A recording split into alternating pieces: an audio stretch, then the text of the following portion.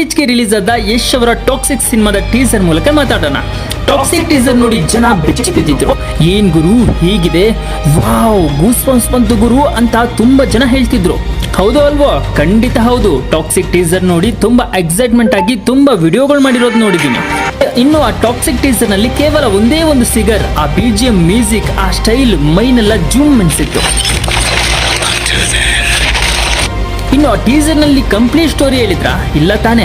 ಆದ್ರೂ ನಮ್ಗೆ ಕಿಕ್ ಕೊಡ್ತು ಟಾಕ್ಸಿಕ್ ಟೀಸರ್. ಯಾಕಿರ್ಬೋದು ಅಂತ ನೀವೇನಾದ್ರೂ ಯೋಚನೆ ಮಾಡಿದ್ದೀರಾ? ಯಾಕಂದ್ರೆ ನಮ್ಮ ಮೆದುಳು ಒಂಥರ ಚಾಕು ಇದ್ದಂಗೆ ಬಾಸ್. ಅದಕ್ಕೆ ಯಾವ್ದಾದ್ರೂ ವಿಷಯ ಅರ್ಧಂಬರ್ಧ ಗೊತ್ತಾದ್ರೆ ಸಾಕು, ಬ್ಯಾಲೆನ್ಸ್ ಇರೋದನ್ನ ತಾನೇ ಗೆಸ್ ಮಾಡೋಕೆ ಶುರು ಮಾಡುತ್ತೆ. ಅಯ್ಯೋ ಯಾರಿರ್ಬೋದು? ಟಾಕ್ಸಿಕ್ ಸಿನಿಮಾದ ವಿಲನ್ ಯಾರು? ಕತೆ ಏನಪ್ಪ? ಯಶ್ ಡಬಲ್ ಆಕ್ಟಿಂಗ್ ಮಾಡ್ತಿದ್ದಾರ? ಯಶ್ ಬೆಡ್ರೂಮ್ ಅಲ್ಲಿ ರುಕ್ಮಿಣಿ ವಸಂತ ಇದ್ದಿದ್ದು? ಓ ಮೈ ಗಾಡ್, ಹೀಗೆ ನಾವೇ ವಿಲ ಅಂತ ಒದ್ದಾಡಿ ಸಿನಿಮಾ ಬರೆಯೋಕೆ ಶುರು ಮಾಡ್ತೀವಿ. ಇನ್ನು ನಮ್ಗೆ ಒಂದೇ ಒಂದು ಟೀಸರ್ ನೋಡಿ ಇಷ್ಟೆಲ್ಲ ಎಕ್ಸ್ಪೀರಿಯನ್ಸ್ ಆಗ್ತಾ ಇದೆ, ಇಷ್ಟೊಂದು ಎಕ್ಸೈಟ್ಮೆಂಟ್ ಆಗ್ತಾ ಇದೀವಿ ನಾವು ಟೀಸರ್ ನೋಡ್ಬಿಟ್ಟು. ಇಷ್ಟೆಲ್ಲ ಅನುಭವ ಆಗೋದಕ್ಕೆ ಸೈನ್ಸ್ ಏನ್ ಹೇಳ್ತಾ ಇದೆ ಗೊತ್ತಾ? ಆಂಟಿಸಿಪೇಷನ್ ಅಂತಾರೆ, ಅಂದ್ರೆ ಆತುರದ ನಿರೀಕ್ಷೆ. ಈ ಸಮಯದಲ್ಲಿ ನಮ್ಮ ಬ್ರೈನ್ ನಲ್ಲಿ ಡೋಪೋಮೈನ್ ಅನ್ನೋ ಕೆಮಿಕಲ್ ರಿಲೀಸ್ ಆಗುತ್ತೆ. ಇದನ್ನ ಇನ್ನೂ ಈಸಿಯಾಗಿ ಅರ್ಥ ಆಗುವ ಹಾಗೆ ಎಕ್ಸಾಂಪಲ್ ಆಗಿ ಹೇಳ್ತೀನಿ ಕೇಳಿ.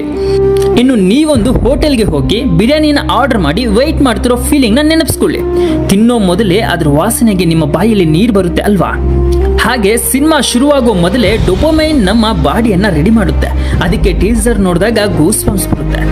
ಇನ್ನು ಕೆಲವರಿಗಂತೂ ಈ ಗೂಸ್ ಬಂಪ್ಸ್ ಎಲ್ಲ ಬರೋದಿಲ್ಲ ಬಿಡಿ. ಗೂಸ್ ಬಂಪ್ಸ್ ಅಂದ್ರೆ ಏನು ಅಂತಾನೆ ಗೊತ್ತಿರೋದಿಲ್ಲ. ಯಾಕಂತಂದ್ರೆ ಅವ್ರಿಗೆ ಜವಾಬ್ದಾರಿ ಜಾಸ್ತಿ ಇರುತ್ತೆ, ಜೀವನದಲ್ಲಿ ಬೇಸತ್ತೋಗಿರ್ತಾರೆ. ನೀವು ಅಂತವ್ರಿಗೆ ಕಾಮಿಡಿ ಮಾಡಿದ್ರು ನಗು ಬರೋದಿಲ್ಲ. ಇನ್ನು ಈ ಗೂಸ್ ಬಂಪ್ಸ್ ಎಲ್ಲ ಏನ್ ಬರುತ್ತೆ?